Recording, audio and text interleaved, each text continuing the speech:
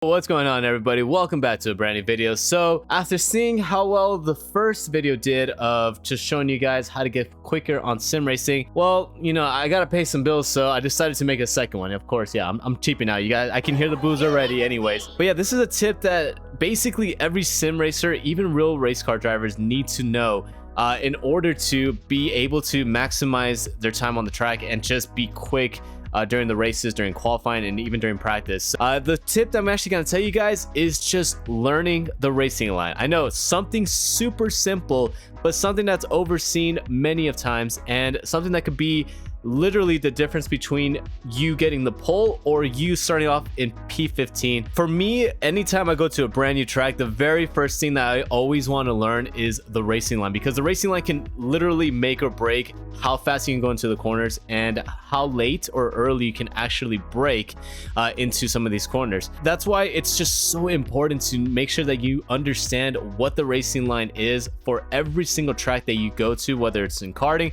whether it's in actual real life GT3 racing, NASCAR, sim racing, anything you name it. I always say the very first thing you should learn when you get to that new track is to learn the racing line, because with that, then you can start building up on knowing when to accelerate, knowing when to brake, and how early or late you can take some of the corners. And in addition, just maximize your speed when you're coming off of some of the corners onto a long straight.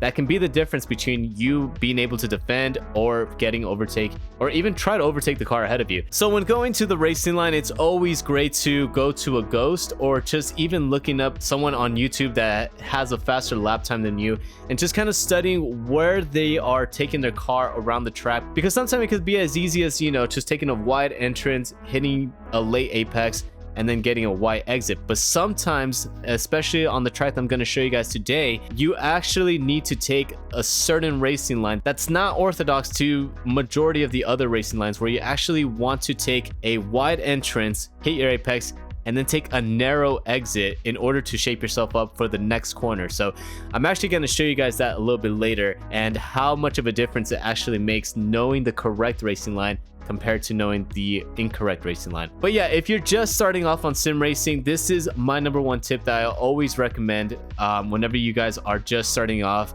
is to just learn the racing line. Again, whether it's through a ghost, whether it's through a video on YouTube, or even just a friend just showing you the track and just showing exactly what lines they take. You always want to learn as much as you can from the guys faster than you, and that's something that they seem to gloss over a majority of the time, because it's just something that you don't really think about when you start actually learning a track, is actually knowing what the racing line is, because as it's just something that you just kind of figure out as you do laps over and over and over on the track. But yeah, we're gonna hop into Gran Turismo 7 right now, and I'm actually gonna show you guys the difference between you taking the correct and the incorrect racing line. Let's jump into it. All right, so we're here on Gran Turismo 7. We are racing around Spa-Francorchamps because this was the track that was selected this week, but it actually does give a good set of corners that I really want to touch upon, because if you hit these corners in the wrong way, you can actually lose a tremendous amount of time. So we're gonna hop right into it right now, as we're gonna jump in with the Nissan Skyline, and we're gonna head over to the end of the Camel Straight, leading our way into Le Comps, and I'm actually going to show you guys the correct line and the incorrect line, and how it can just be the difference between gaining half a second, maybe even a second and a half. All right, so we are here at the set of corners I wanted to show you guys, where it can just be, oh, my steering wheel. All right, so we're here at Le Comps, and this is the set of corners I wanted to talk to you guys about, and just show you how important it is to take the correct racing line can be, and how it can actually be the difference between gaining, a good second and a half over your competitors. So we're gonna take Le Comps the way that majority of people would probably think of taking it. So if you head into the first set of corners, you take your wide entrance, hit the first apex, and then of course take the second apex. But what a lot of people end up doing is they go very, very wide here, because that's usually the racing line that you want to do. You want to do wide entrance, tight apex, and then wide out.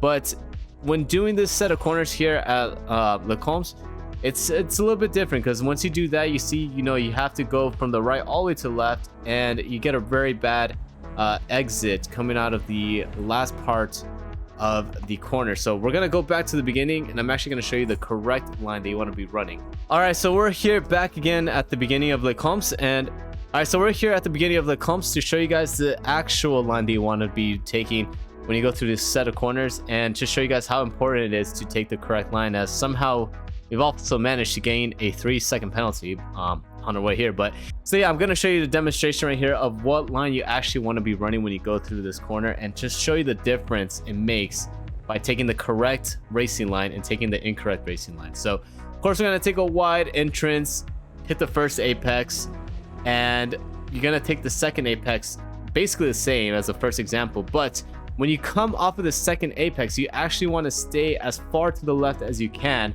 so you can help the entrance into the third set of the third corner into the right hand here, and then it helps you so much on that entrance by keeping it all the way to the left, or as far to the left as you can, onto the entrance of the right hander, because it just allows you to maintain a lot more speed and carry in a lot more when you hit that apex, and you get the exit right here down to this semi, I don't want to say long straight, but it's a pretty good straight here, leading our way into this hairpin.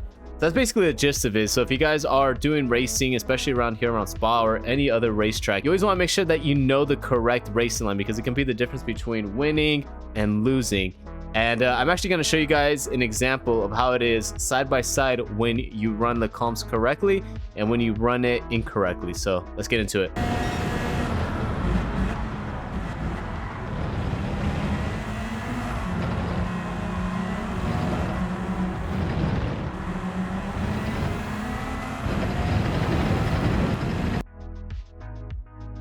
Alright, so that was basically it, and showing you guys the difference between knowing the right and the incorrect racing line, especially going around the comps. Now, I know a lot of you guys probably knew this, but there's a couple of you guys that didn't know that you wanted to take a narrow exit off of the second apex so you can maximize your entrance on the third apex. And that's something that took me a while to actually learn myself. It took me about a good 2 or 3 months racing around Spa, where I noticed people were taking a very narrow line off of the second apex to help them get into the third corner of the comps. Now, to show you guys the difference between how fast it is taking the correct racing line versus taking the incorrect racing line, that I run through the section of the comps where I was able to take the correct racing line was actually just done on a 1 take, while the second version where we were taking the incorrect racing line, I actually went around that part of the track 5 times and just basically took the fastest section that I was able to do through the comps.